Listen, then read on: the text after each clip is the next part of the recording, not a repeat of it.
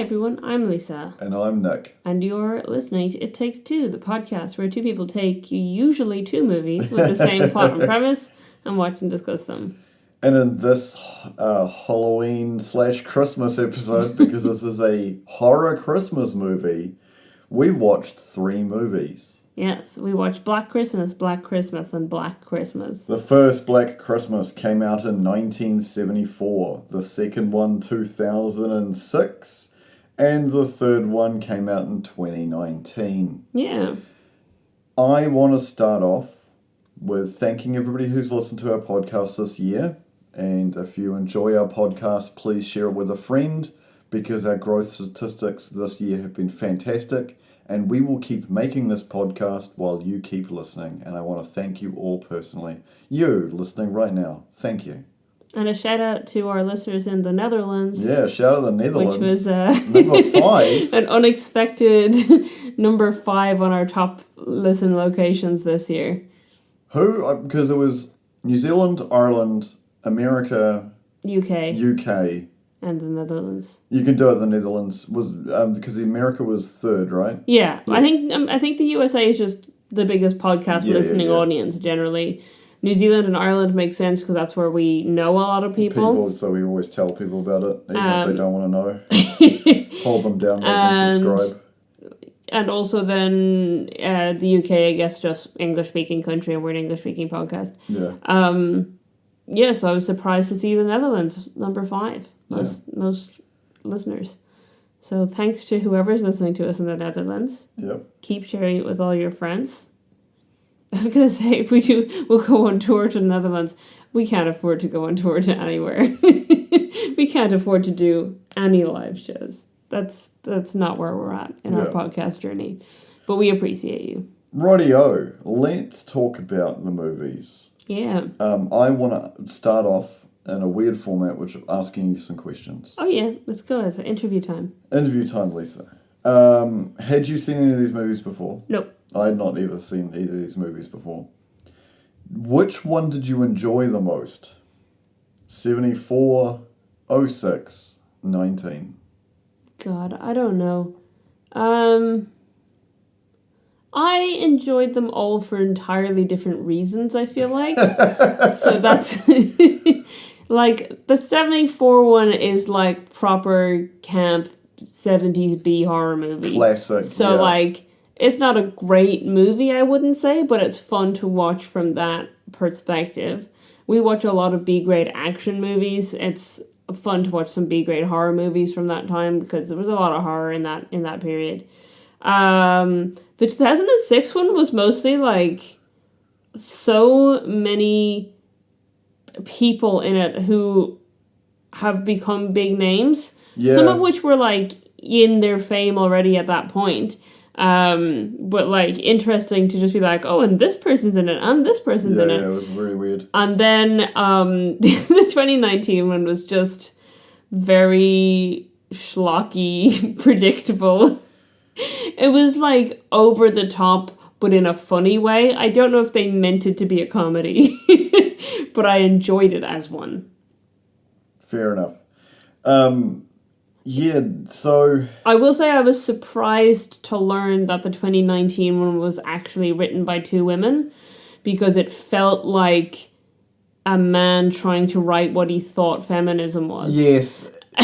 There was definitely a message in the 2019 one that sort of got weirdly blurred when it became supernatural, and I was like, oh... You've ruined this movie. I will Your say... own movie. So here's something... I don't think I even wrote this down in the trivia, but I read it when I was, like, looking at trivia. The 2019 one came out... I think they already had the rights to a remake of it when this happened. But basically, the head of the studio was being heavily criticized for not ever hiring a female director. Right. And he tried to claim of women can't direct horrors or women don't direct horrors. No woman wants to direct a horror movie or whatever. And got so much backlash for it that he put women writers and a female director on this movie. So I think to some extent that's why the feminism message is pushed so hard in it. Yeah. Is because it was like this guy's retort to basically being called out and being a misogynist. But it's weird. But also I understand choosing Black Christmas as your film that you're going to remake with a heavy feminist lens, because in the original 1974 one of the characters is just casually talking about the fact that she has gotten pregnant, doesn't intend to keep the baby, and is going to have an abortion, and her partner's like, shouldn't we talk about this? And she's like, no, I've made a decision, it's my body, I'm going to do this thing. Yeah. And it's like, oh, that's pretty progressive, I feel like, for 1974.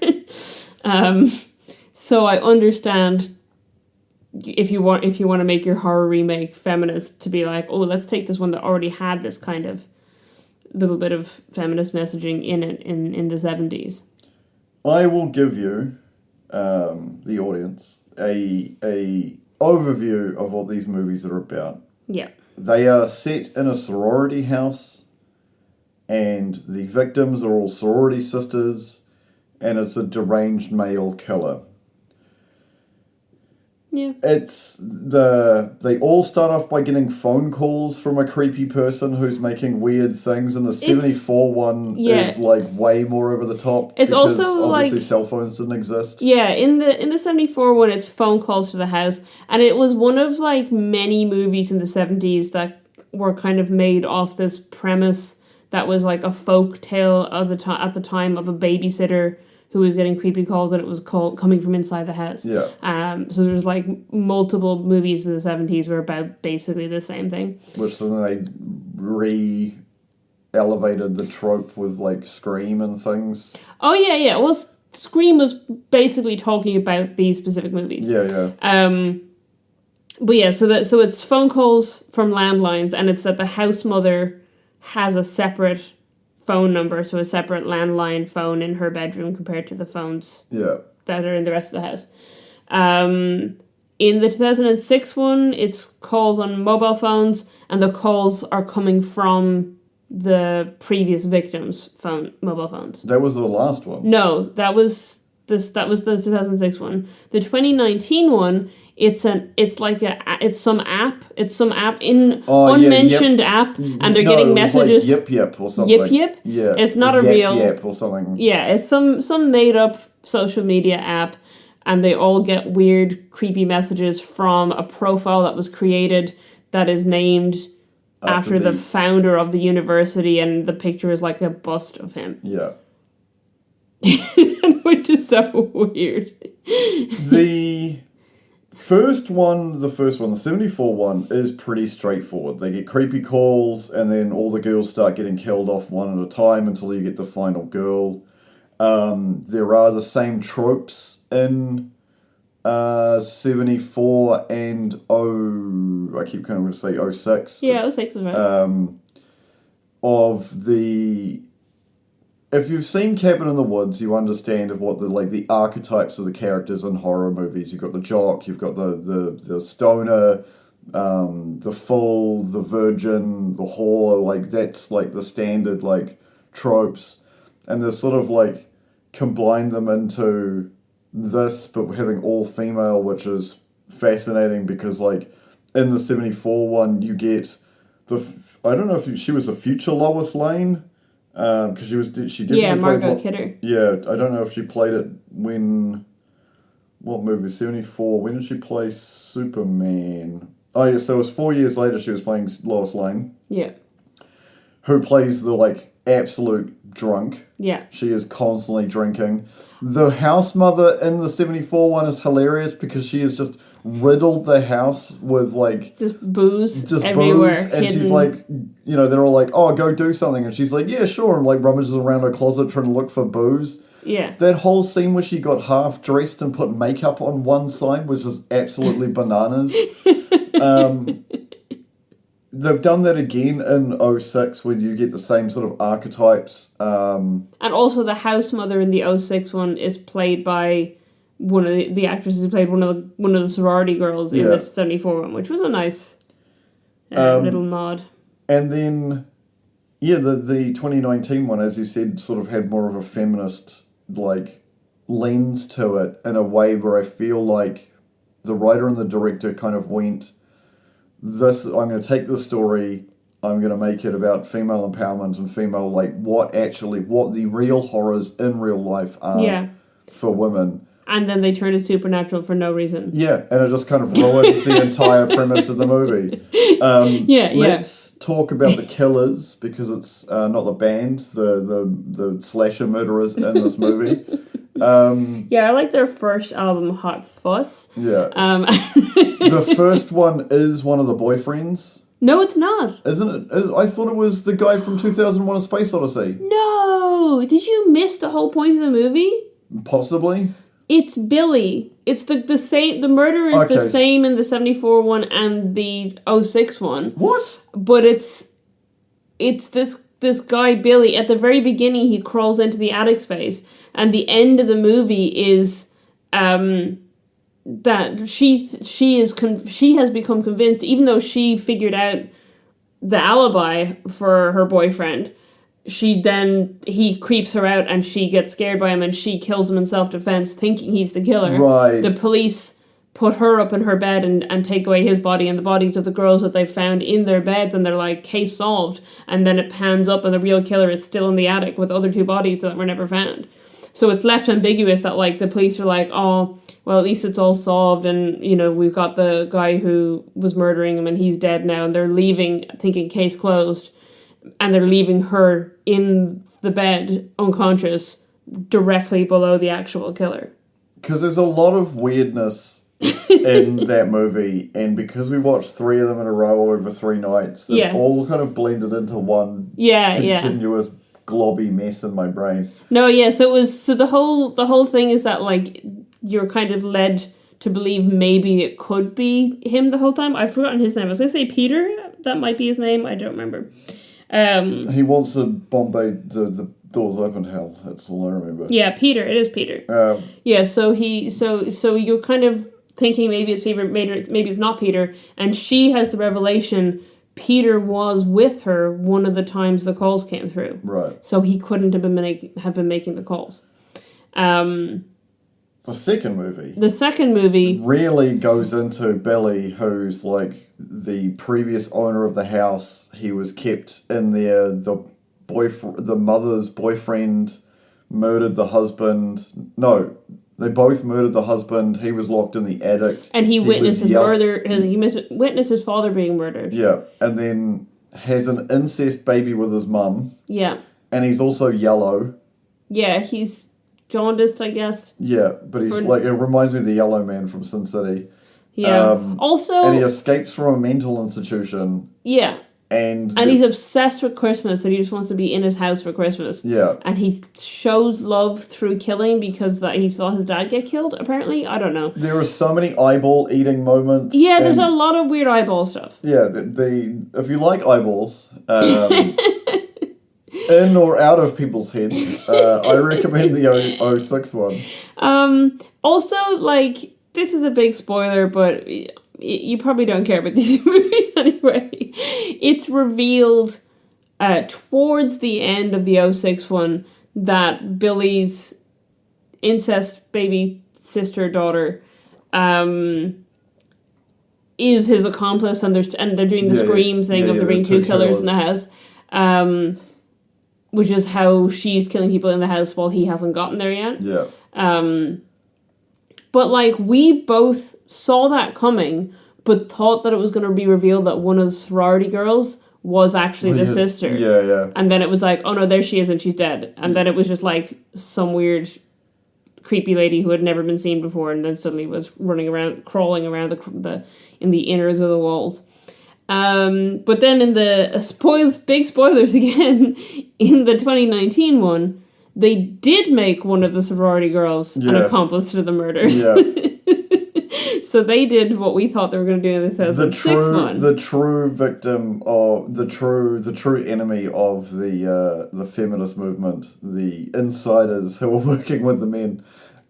It's so weird because the bust of the original founder is kept as a ritual and he oozes black mind control goo. Yeah, so here's At the Christmas? real. It only happens because he's not publicly on display anymore. Right. So the bust of the founder was put publicly on display in the university, but he was a well-known misogynist.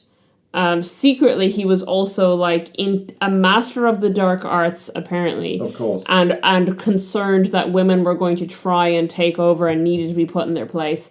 But anyway, the female students put together a petition to be like, hey, we don't want this misogynist bust around.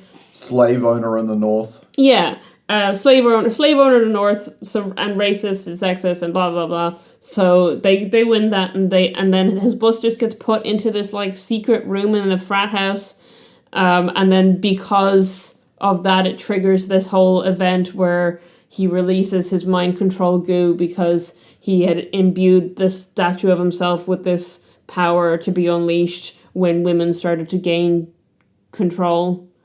And then what it does is when they bring in new pledges to the frat house and they put the goo on them and they get super strength and become mind controlled versions possessed by his spirit to target women whose artifacts they've collected, including a diva cup. Yeah. Why? Anyway, so they're stealing. So they have an insider in the sorority house stealing items belonging to the girls that they can basically train these guys to go after them with their super strength zombie possessed mind goo.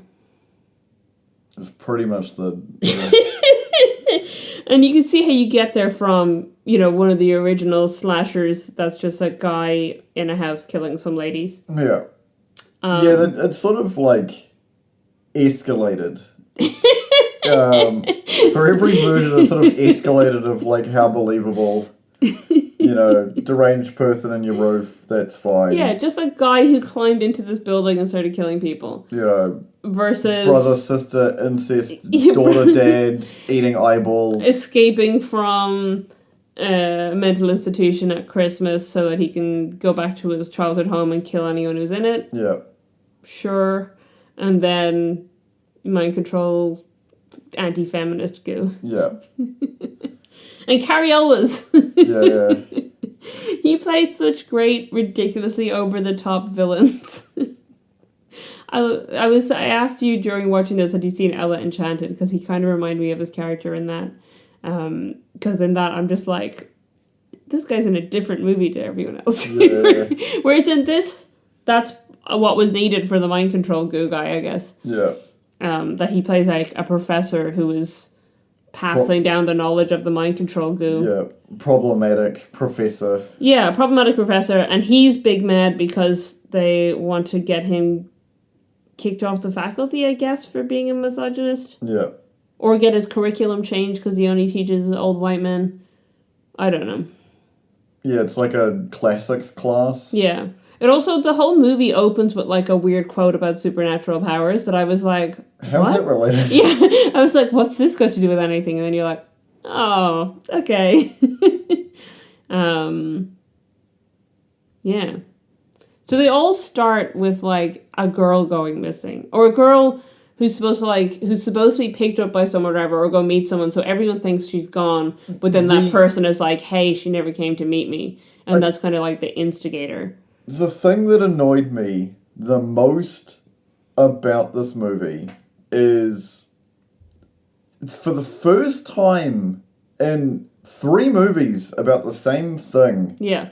they actually try and contact the police. Oh, yeah. And there is a whole overarching... In the first movie, they're in constant contact yes, with the that's police. what I'm saying. Oh, yeah. But I'm saying for the first time in horror movies, someone actually contacts the police. Yeah. And now I understand, because all horror movies words share the same universe. This is why no one contacts the police, because the police in all 3 of these movies are useless. Absolutely useless. Like, the first time they're like, oh, they don't believe you. She's just, like, with somebody. Don't worry. Why are you wasting our precious police time?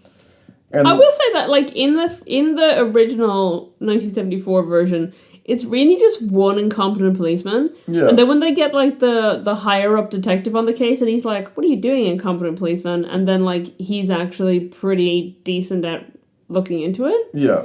But that's after people have been killed. Yes, that is after many people have been killed. Oh, what? Women keep dying? Oh, I better, do something But it's about before any bodies are found. Yeah. So it's just that multiple people have gone missing. Oh, yeah, and it's the calls. They're getting the calls, and he's like, you're ignoring the fact that there's these calls happening when they're happening at the same house that this girl is missing from. You don't think that's like kind of connected? And the other guy's like, oh, I didn't think about that.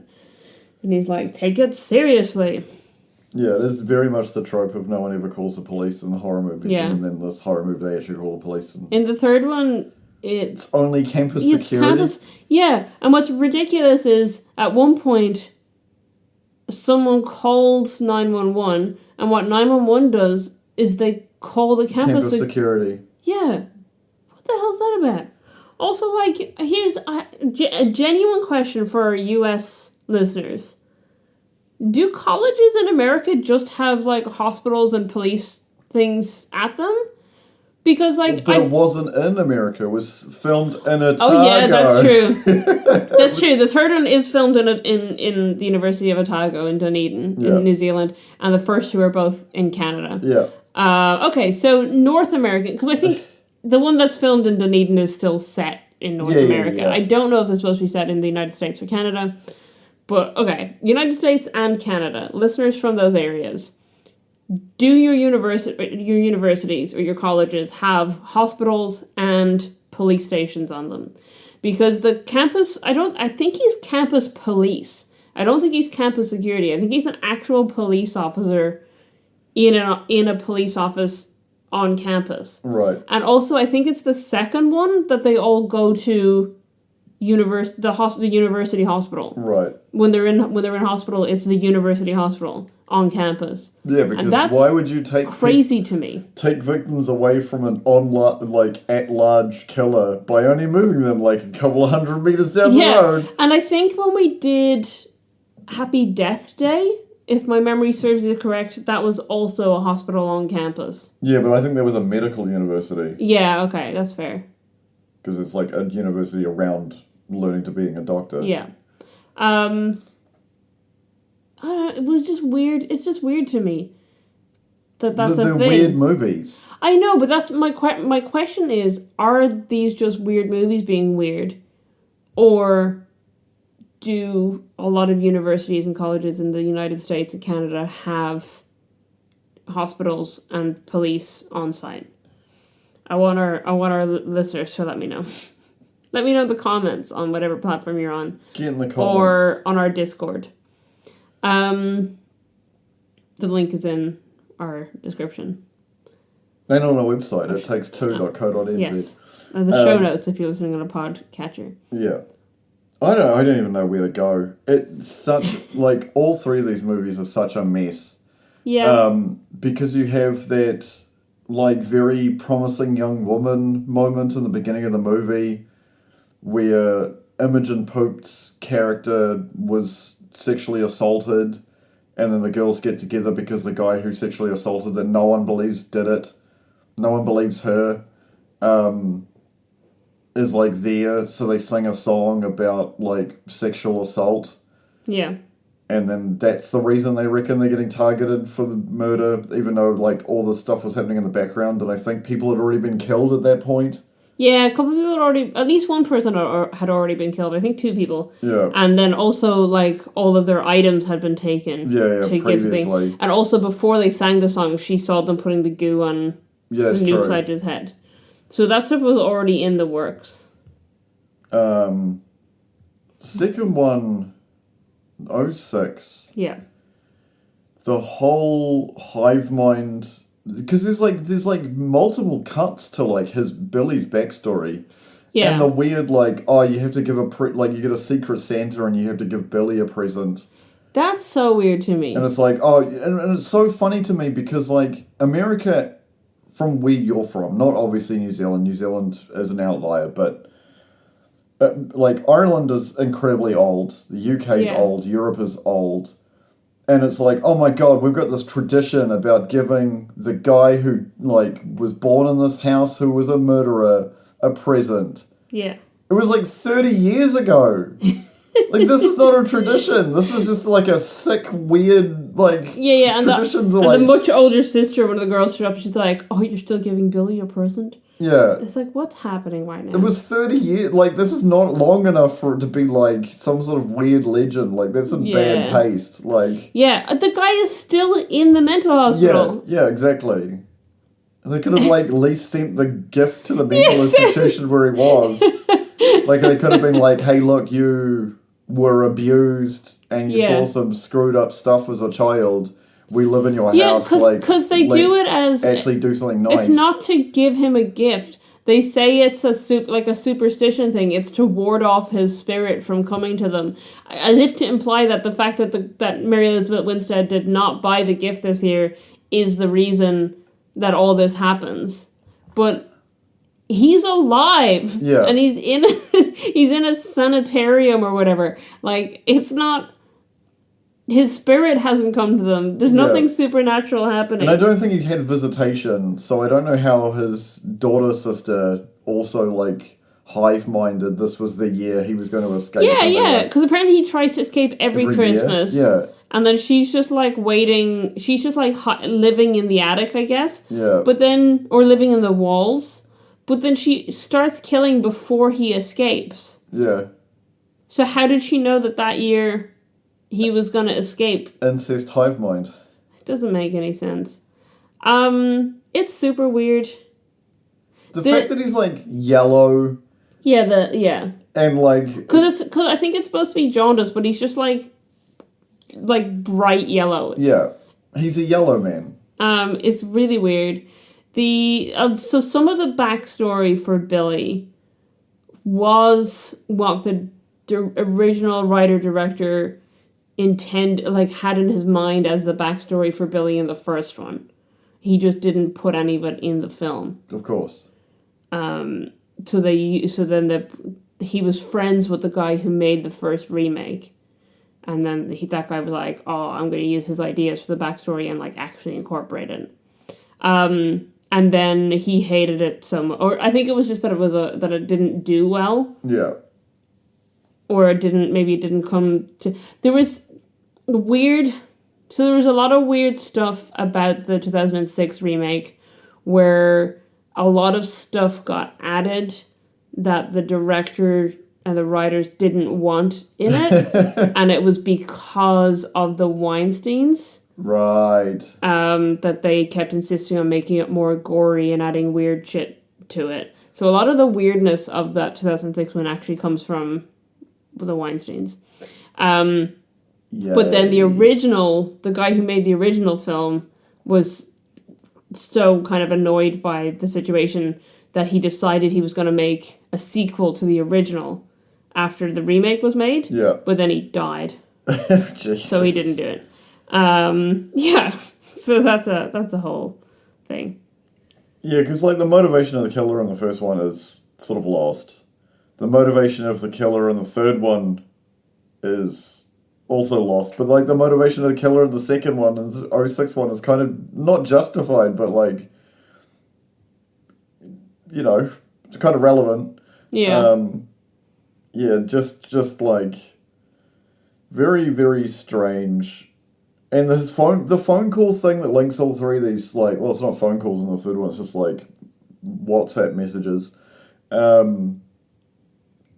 it's just so weird that you'd, like, if you're, like, stalking people who are stuck in a house, letting them know you're coming, and then, like, also in the weirdest way possible, because it does seem like it's prank calls, but, like, creepy prank calls that go on for way too long. I mean, if you think about the fact that the director of the original had in mind that Billy had this backstory of abuse. Yeah.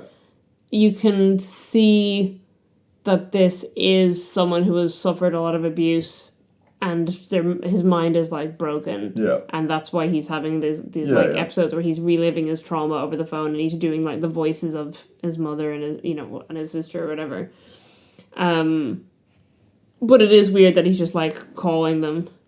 And I think that someone theorizes at some point that he calls right after he makes a kill every time. I don't know if that's actually...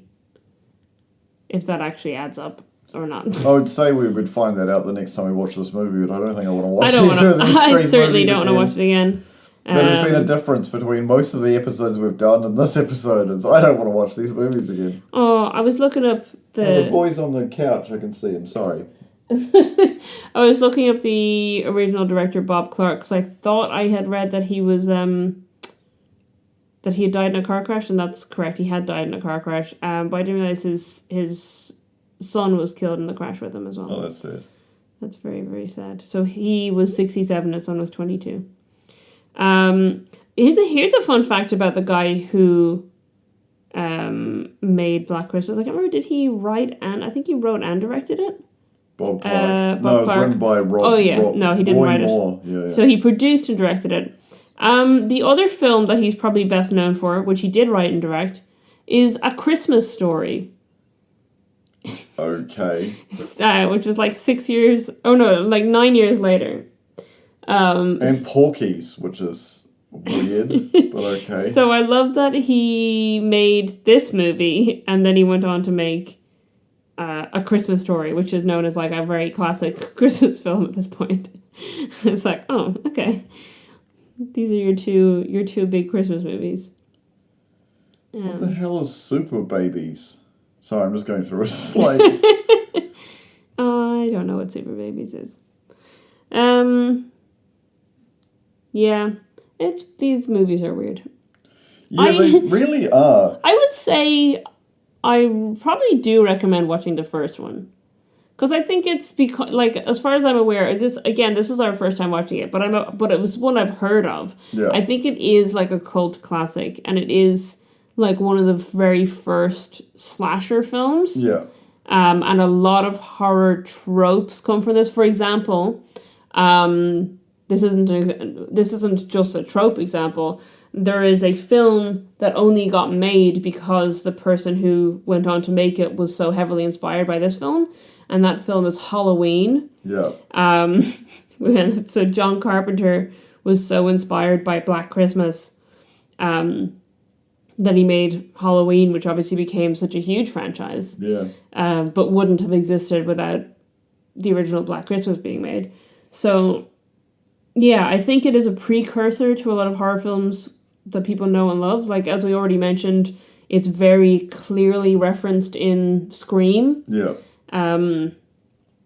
You know, and it's one of those films that, like, people, you probably will know how parts of it are going to go without ever having seen it before, not because it was, like, overdone at the time, but because it inspired so many other films to do similar things.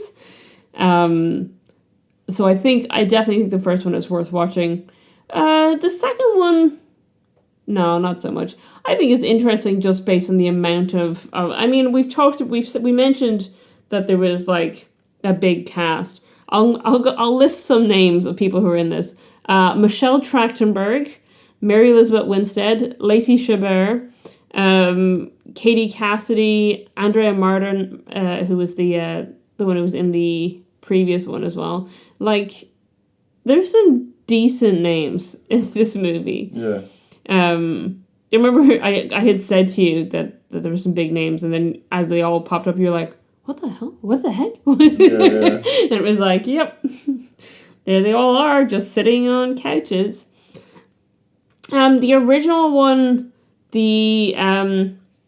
one of the main characters is played by Olivia Hussey, who is, I feel like, still most well known for playing Juliet in the Zeffirelli Romeo and Juliet in the 60s. Yeah.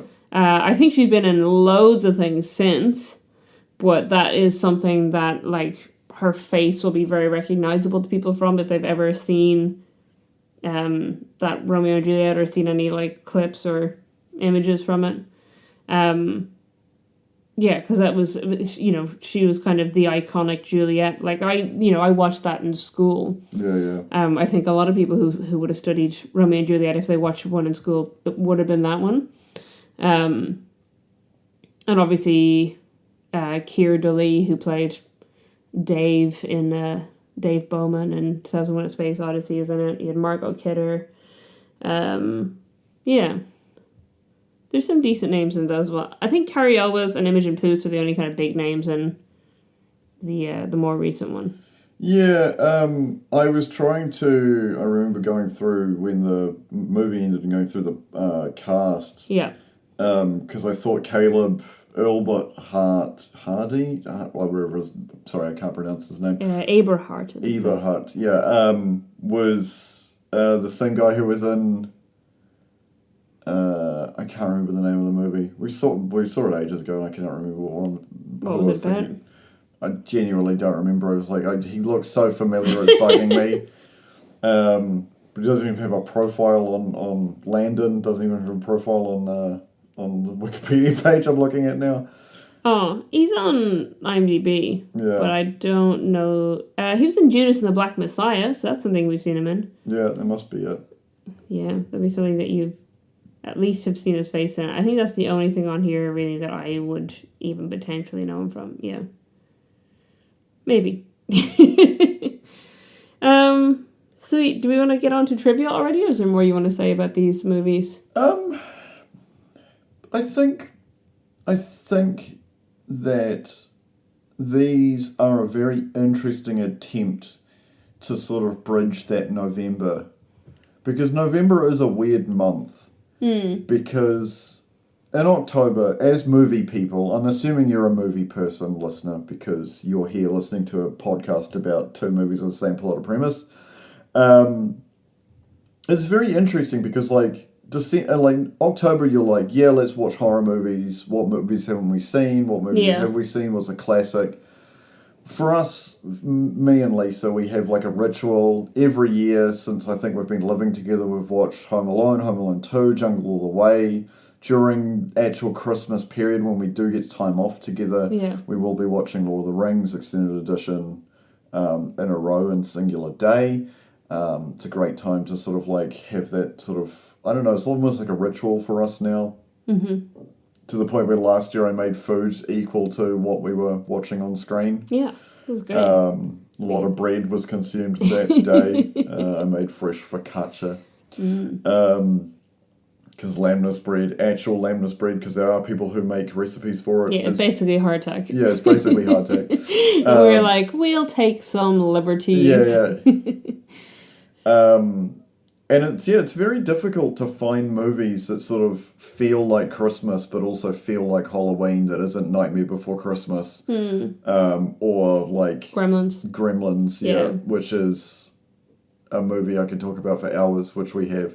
Yeah, and we did it as a Halloween episode, even though it's set at Christmas. It's set at Christmas, yeah.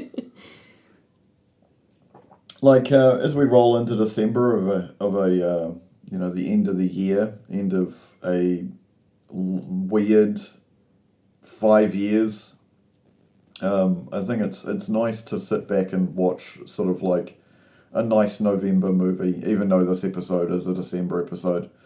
And we have watched them in December. Yeah. So. But you know what I mean, though, right? Because there is that weird sort of like, what do you watch now? And it's like we saw Pike River last month. Which, if you don't know what that is about, it was a made in New Zealand about a tragedy that happened in New Zealand that's still unfortunately ongoing. Yeah, which I didn't actually realise. That made me very sad. Yeah, it's still an ongoing issue. So you get to the end, when you get to the end of a based on a true story movie and you see like and this is how it all wrapped up, and then it's like, and this is what's still happening. Yeah, and it's like, oh. Yeah, it's still ongoing. It happened 20 years ago. That's pretty... it wasn't 20 years ago. Was it? Was it? I thought it was... was it 20 years ago? Yeah, I think it happened in 2005. I think it was 2015. Or 2010? Now I'm second... Now I don't know. I think it was 15 years ago. I think it was 2010. No, yeah, you're right. It was 2010. It was November 2010. So it was the 15-year anniversary. Yeah, 15-year anniversary. Sorry, I'm But getting confused because Fat Freddy's Drop was the 20th anniversary. Oh, yes. Yeah. True. Shout out. Yeah, shout out to Fat Freddy's Drop. World famous in New Zealand. 20 years Lemon of based on a true story. Anyway. What else did we see at the movies last month? We watched something else. We went to see The Running Man, which we did for the podcast. Yeah. And also One Battle After Another. Oh yeah, One Battle After Another. Which I then told a bunch of people at work about, and they went and watched it. I suggested we go watch it because a bunch of people at work told me about it. Yeah. This is how it happens. Yeah. I want to see. I do want to, because I feel like we hadn't been to the movies in a long time, and there's a couple more films I want to see in cinema. I was sending you texts with movies I want to see. Yeah, because we missed out on 28 Years Later. Yeah. I wasn't so super interested in watching the animated Lord of the Rings movie. Yeah, but it would have been cool to see the war that'll hit him. Yeah. And, you know, if you don't want to see it, I will go to the third Avatar movie by myself, which will be the second time ever I've seen a movie by myself. Really? Yeah. Wow. The only other movie I've ever seen by myself, like, decided on the day I'm buying a ticket and going to the movie theatre by myself was Rogue One. I've seen dozens of movies by myself. And that's why we're in a relationship, so you have someone to go to the movies with. I've seen movies by myself while we've been together. I saw Happiest Season in cinema by myself while you were at work. Whatever year that came out. Yeah. A few years back. Which I have since made you watch it at least once. Because I really enjoyed that movie. Yeah, I love going to cinema. I've definitely seen, because I volunteered at the film festival one year while we were together as well, and I saw a lot of movies without you during that. But then I also saved up tickets to watch some with you during that, and those were fun. Loop Track was fantastic. Yeah, Loop Track is fantastic. Yeah. Another great New Zealand movie. Made. Anyway. Yeah. Let's get into the trivia. That is a horror movie, though. Yeah, so if you're a horror movie fan, I do recommend Loop Track. It's not the first time we've recommended it on this podcast. And Dead as well. Yeah. Dead, I think we might be going to do on the podcast at some point. It's interesting, because I thought we didn't do miniseries, Lisa. Oh, so Dead was a weird one, because they released it as a film, and then they released it as a miniseries, I think. Yeah. We'll have to think on that. Well, what it counts as. There's two spoilers. There is going to be an It episode at some point, because there are two It movies. Yeah. And the miniseries. And I feel like it's fair to do like 2 episodes on that. But hang on, we were going to compare it to something else. Yeah, but we'll also... Oh, I remember what it was, and I'm not going to spoil that because it's a fun episode. But I'm saying that at one point in time, we will be doing it as a remake thing, because it is... I assume so. Oh, well, like I said earlier, folks, share with us with your friends, because we will keep making episodes while you keep listening to it. If there's one person left listening to it, other than our direct family, we'll keep making this show. And none of our family are in the Netherlands, so there's definitely someone there listening. Unless it turns out that it was just that, like, did my parents go to the Netherlands? No, they wouldn't have made it to top 5. They just went to the Netherlands and just, like, listened to us on repeat. Yeah, your entire family... My parents might have gone to the Netherlands. That would be sad if that's just what it is.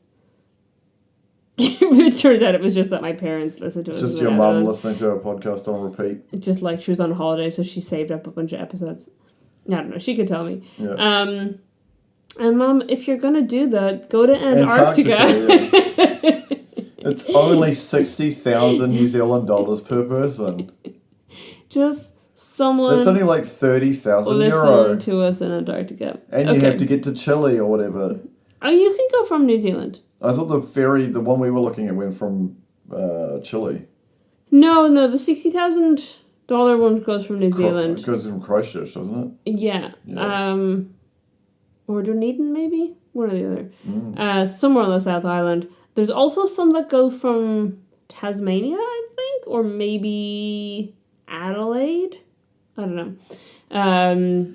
But then, the ones that most people outside of this part of the world go from are from Argentina, I think, or Chile. I think Argentina. It's somewhere in South America.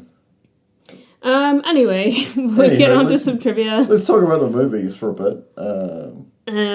Alright, so in 1986, Olivia Hussey, who we've already talked about because she was in Romeo and Juliet and she was in the first Black Christmas, she met with the producers for Roxanne, which is a film that was released in 1987, because they were interested in casting her for the role of Roxanne. Steve Martin met with her and he said to her, "Oh my God, you were in one of my all-time favorite films." And she was really surprised to find out that he was talking about this film and that he claimed to have seen it 27 times. So one of Steve Martin's all-time favorite films is Black Christmas. This I felt like this is some weird art imitates or life imitates art kind of situation. Right. So Black Christmas, the 1974 film, was scheduled to make a television debut in January 1978 under the title Stranger in the House. I guess because they were doing it after Christmas. I don't know. It's weird when people put things on TV under a different name, but it happens. But they had to reschedule it and broadcast it in May instead, because it was scheduled for January 28th, 1978, and on January 15th, 1978, 2 female students were murdered by someone who had broken into the sorority house they lived in. Oh, wow. And 3 other women in the same area were attacked and assaulted. So the local authorities asked them to pull the film. The network gave them gave like the local TV affiliates an alternative movie to show instead, and then broadcasted it in late May. Yeah. The person who committed those crimes was later identified as Ted Bundy. Oh, wow. Yeah.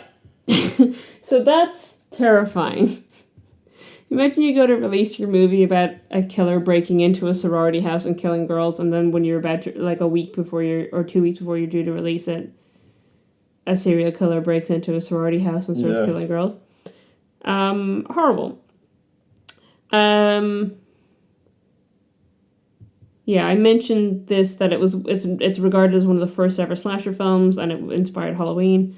The sorority house that was in the film was an actual house that they rented for the production. Yeah. And they had to rewrite some of the scenes in the script to accommodate the way the house was actually structured. Right.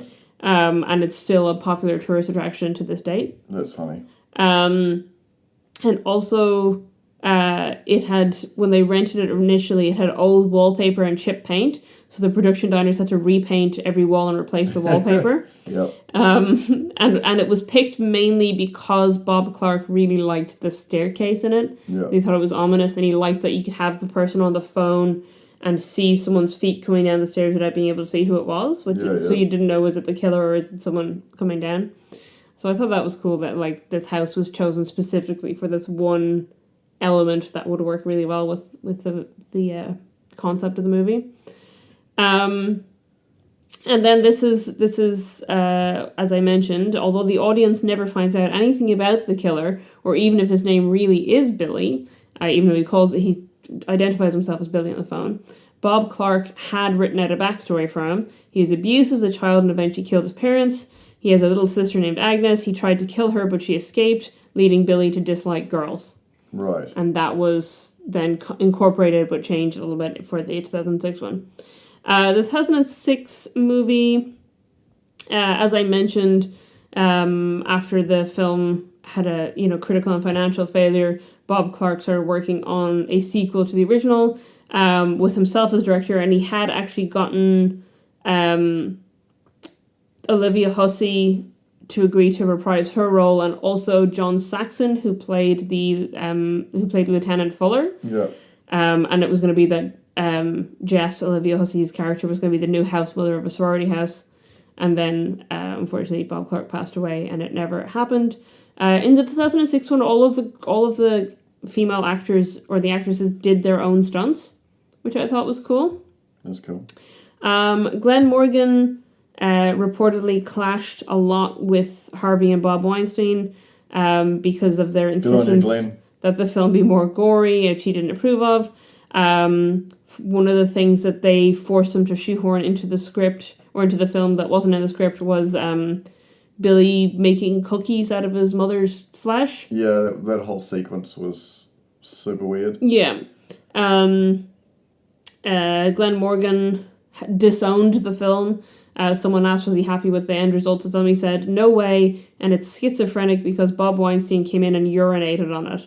Really, there was a time where torture porn was the hot thing. You know, I became friends with Bob Clark. You can throw that movie into one of your first questions. I love that movie and also A Christmas Story, and I learned a lot from Bob and had his blessing that we were trying to make a version that he didn't get to deal with the background of the killers and stuff like that. When Bob Weinstein came in and saw that, he was like, we need to drag Michelle Trachtenberg down the hole by her eyes. And I was like, oh Lord. And I talked to my agent and lawyer and Kristen Cloak about it. It was humiliating. It was horrible. I stayed to try and protect the cast and crew, friends of mine, and ended up taking it on the chin. So that's fun. It is fun. The 2019 one, the guy... Mark Nielsen, who plays Gil, the campus security guard, was actually just a security guard at the campus where the film was shot. That's funny. And it was his idea that he'd be eating a sandwich during the scene when he's talking to Riley. But it was the director's idea that he have a mustache. I don't know why she decided that actually he should have a mustache.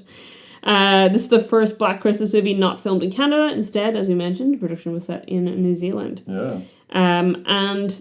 this is a weird one, but the cat that was originally meant to play Claudette, who was obviously named Claudette because the cat in the first one was named Claude. That's a fun nod. Yeah. But the cat that was meant to play Claudette dropped out of filming because its trainer's mother fell ill. And then because of that, they just borrowed an untrained house cat, which was apparently very difficult to work with. Which is just such a weird bit of trivia. But I just thought that was funny. Budgets and box office. So the original film was made for $620,000 and it made $4 million. Yeah. The 2006 one was made for $9 million and the budget was $9 million. The box office was $21.5 million. So I feel like that's actually not too bad considering they were calling it like a financial failure. Yeah. It could have been worse. And the, speaking of could have been worse, the 2019 one, the budget was $5 million and the box office made $18 million. So none of them were like flops. Yeah. The first one was obviously the most successful, but even at that, like, I think it's had so much more longevity than they would have expected when they made it initially, regardless of the financial outcome. So 6, 19... that means there was 10. My maths is terrible today. Sorry, 13 You're years. Just saying some words. Oh, right, okay. Yeah, so you're like 6, 19. I was like, none of those are in the budgets. So 13 years in between them, and then there was almost 28 years between the first and the second. No, 32, sorry. I was going the wrong way. You did the 30 and then you subtracted instead of adding. Yeah. 32 years between the first and the second, and then 13. So that means by that logic the next one will be it would have been next year, maybe 7 years after. Next year. Next year. And then it'll be 3.5 years later, and then it'll be like then every movie will just become a remake of we just Black keep Christmas. The entire the economy next remake of the of human Black race Christmas collapses. is just coming closer every year. Everybody's in a Black Christmas. Yeah. Everybody, because they've run out of actors. Yeah. So they just pull random people off the street and stab them with unicorns and. Yeah, I think that was like one of the only elements that was in all three was the glass unicorn that appear in all three movies. I've said what I needed to say. Please share this with friends. Go on our website. Join our Discord. Follow us on social media. Those normal things that you say at the end of a podcast. Yeah. Or some people do them in the middle, which makes way more sense because then you have to listen to the rest of us talking. We did mention it in the middle. Yes, indeed. Thank you again to our listeners, and we'll catch you next time. Bye.